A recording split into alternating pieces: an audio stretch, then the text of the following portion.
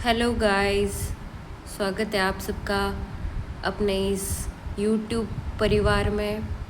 आज हम पढ़ेंगे साइंस का एक टॉपिक। अपनी पहली क्लास है तो पढ़ना स्टार्ट करते हैं बिना समय खराब किए। टॉपिक है भौतिक एवं रासायनिक परिवर्तन। पहले पढ़ते हैं भौतिक परिवर्तन। तो स्टार्ट करते हैं। पदार्थ के ऐसे गुण जिनका हम अवलोकन एवं वर्णन कर सकते हैं, जैसे कि पदार्थ की अवस्था, आकार, साइज, रंग, ताप, दाब, कठोरता, दृढ़ता, बहाव, घनत्व, गलनांक तथा क्वथनांक इत्यादि को भौतिक गुण कहते हैं। ये पदार्थ के भौतिक गुण हैं।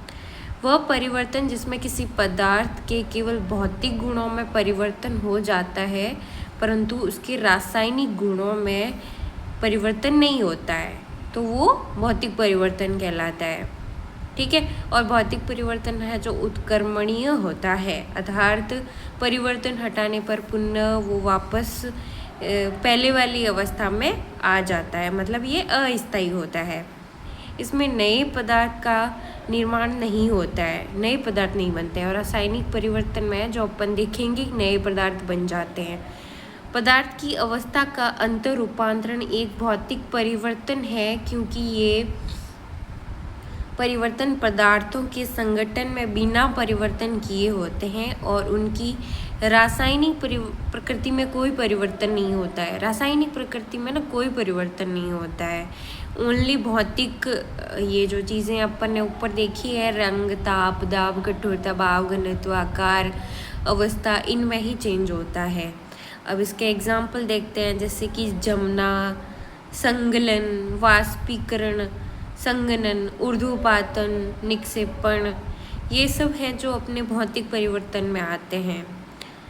अब आगे देखेंगे विलयन। जल में नमक या चीनी का घुलना ये एक भौतिक परिवर्तन में आता है। ठीक है।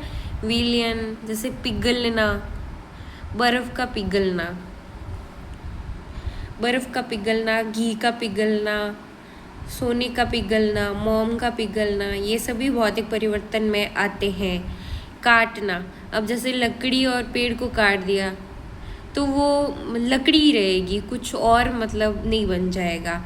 पत्थर काटना, तो पत्थर को काटेंगे तो पत्थर ही रहेगा। सलाद काटना, सेब काटना ये मतलब सेब काटना और एक सेब का वो जो क्या बोलते हैं उसको ऑक्सीकरण हो जाना, वो अलग बात है। वो दोनों, ये सेब काटना है सिर्फ। ठीक है।